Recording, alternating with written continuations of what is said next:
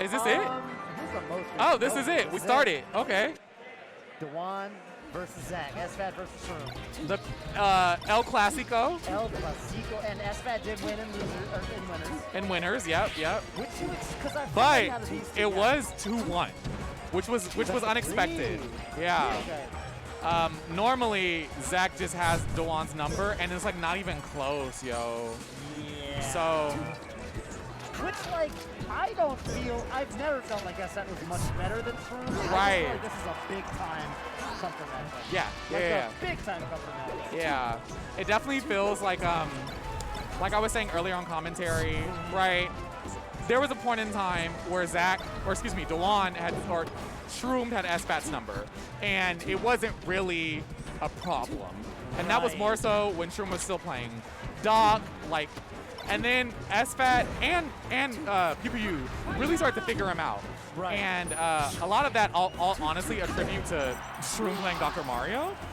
Yeah. And so when he switched to Sheik, he actually was really beating them, kind of running NorCal. That's And true. it definitely feels like SFAT was the first of the two between him and PPU to really figure out Shroomed. Right. And once he did, it wasn't close, yo. It stopped being close. Many sets in a row, and a lot of those were at majors. I remember I'd commentate this at Summit, right? And Right. it was kind of funny because you could really tell with SFAT that, like, if he got Dewan in a bracket at a major, it was like, oh, nice. 100%. Cool off a little bit. It always felt like, you know, Shroomed will go further in the bracket, but SFAT will beat Shroomed. Right. Yes. And so if they ever met in losers, you kind of felt like, oh, it sucks that Shroomed's journey ends here because you know he could go further and SFAT can't. Yeah. And now it really feels like not only can SFAT bop Shroomed, but he can go further. And that's really good. That's really good. Yeah, I mean, SFAT, you got to give it to him. I mean, I think a lot of people, it was funny back in the day.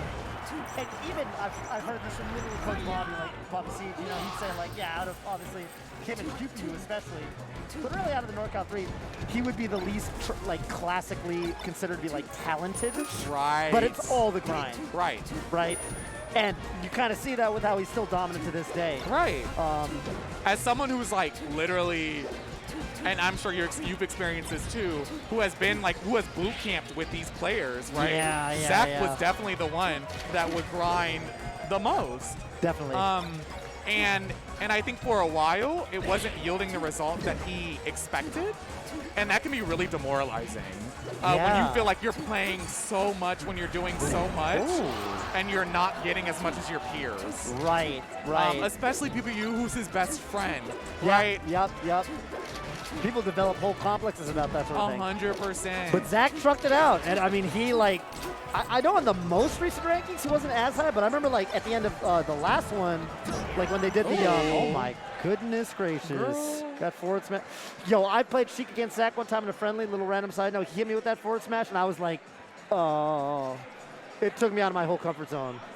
Because Sheik always wants to recover. You know, you kind of want to weave around there and go for some kind of angle. Yep. And Zach does that forward smash. You're like, oh, that's uncomfortable. Now I got a space for that. Yeah. And it really throws you off. So Yeah. That's a tough one.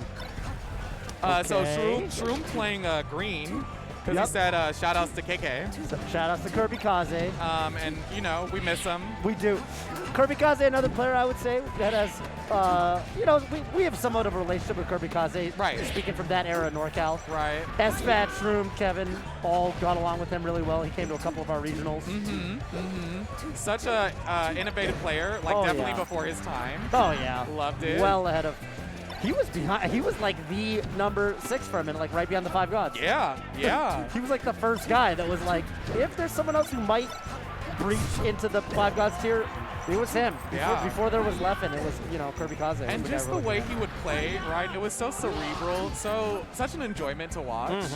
Kind of, I would say, one of the first players that felt like they were moving Sheik's metagame forward. Yes.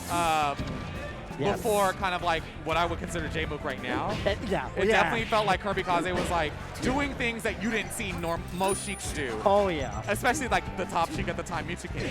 They played considerably. Off the top. That was nice. That was nice. This is the kind of energy we need from Dewan right now. Period. That was also a very KK combo. So the downer, that was downer. That especially. was not a very KK punish though. That is true. That is true. You KK taketh and KK giveth. So. You are also, I would say, you're both a Fox player and a Sheik player. And I have run into your Sheik on net play before. It's good. We both play, we both have secondary Sheiks. And for me, 100%, the reason I started playing Sheik as a secondary was because of Kirby Kaze. Oh. I literally, I was just a KK fan, and I didn't play Sheik. And I was like, he looks so cool when he plays. I want to be like him. Yes. So I'll start playing Sheik. Yes. And just an awesome character. I mean, I will say, if I could go back in time, I would have been a Sheik main. I would have continued to be a Sheik main. Wow. Peach, love my good sis to death, but it's something about both Sheik's matchup spread, but also the way the character plays. Right. It's so fun, so interesting. J-Mook is doing crazy things now. Yeah, and it's funny because J-Mook is somebody who I feel like people think is more more new school than he actually is. Yep. And I've also heard him talking about Kirby Kaze in a similar manner. So right. Pretty funny. SFAT, by the way, that last talk was pretty immaculate. That was up smash, up air, man, edge guard. This might be 4 unanswered. Honestly. This might be 4 unanswered. Hold up. I mean, it's the nature of the matchup, both character-wise and player-wise. Right. And Yoshi's is a easy stage to take some sneaky quick stocks too. 100%, oh no, this is gonna be a 100%. Okay, but down on the platform, another edge guard. It's over. It's done. Oh. This is such a hard situation to be in, because as Sheik, you can get the kill, but now you know that Fox is at 0% again. Yeah. And it's rough. Gets just grabbed on the ledge. That's got it. Yeah, it's not so fun. Yoshi's of all places. SFAT up 2-0. That's a stressful comeback to make, because Sheik can do it, but you gotta hit your tech chase. That's the way you make the comeback. And unfortunately, I'll just say it, Shroomed's not the first guy that comes to mind when I think of perfect reaction tech chases. He's not. He's got to make some reads, and it's a tough. Shroomed will try and hard read you in the tech chase matchup, and when it hits, it can work. It looks amazing. Yes. And when it doesn't hit, he looks like literally the worst player to ever play the game. I think it works out for his playstyle because he's first of all he's very good at it and it's stable. So he doesn't need to be waking up and feeling like he's playing A1 to hit his punishes. It's reliable for him. Right. But on the flip side, I think it's hard to make comebacks. Yes. Right? Because you don't get the same explosiveness. Right. Oh, my. Okay, so Dewan kept the jump, which is good. Oh, he saved him? Oh, okay, with the reverse? Oh! There's a lot going on. There's a lot going on. Okay. I like that. I like all of that. Oh, careful with those shield grabs, though. Yeah, there was, I think it was a game at Genesis where J-Mook was high percents, kind of playing on the ledge, and then got a one-touch kill, and you just don't see that a lot with Sheiks nowadays. Yeah. And I think that's something that has kind of really inspired a lot of Sheik players when they watch him. Oh, yeah. That it's what the meta has become.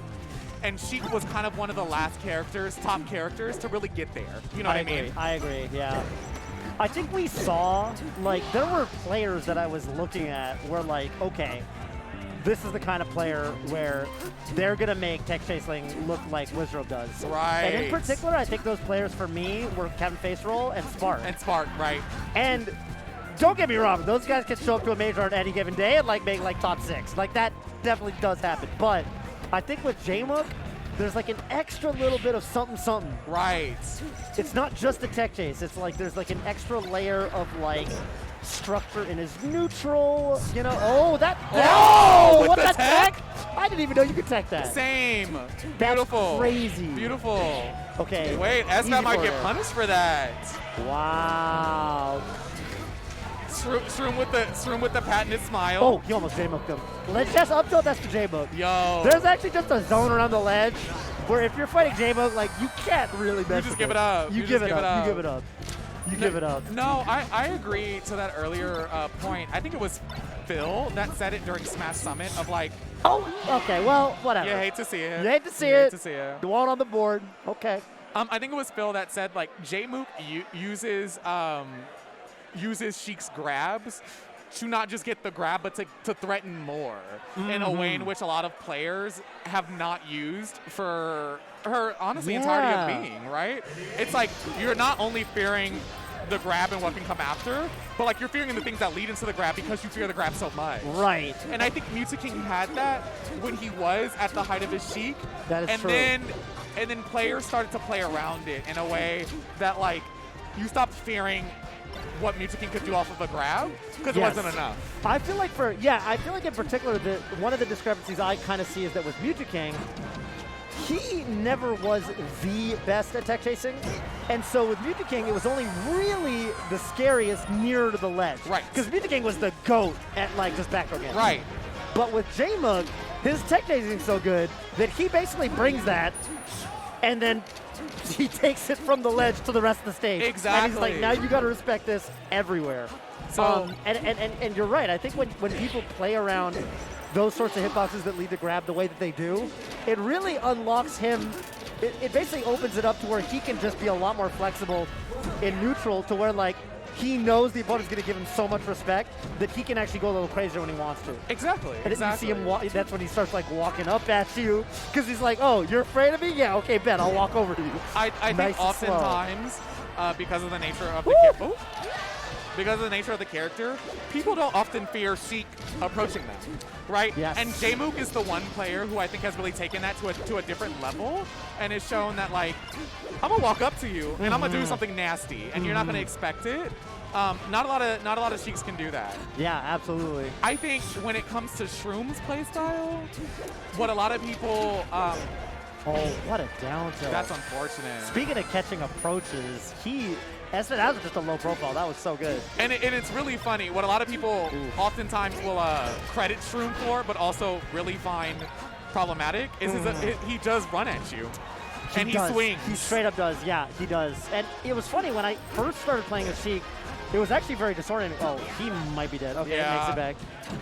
I mean, he would do things like, I felt like I could never laser him because he'd instantly just come at me and boost grab me.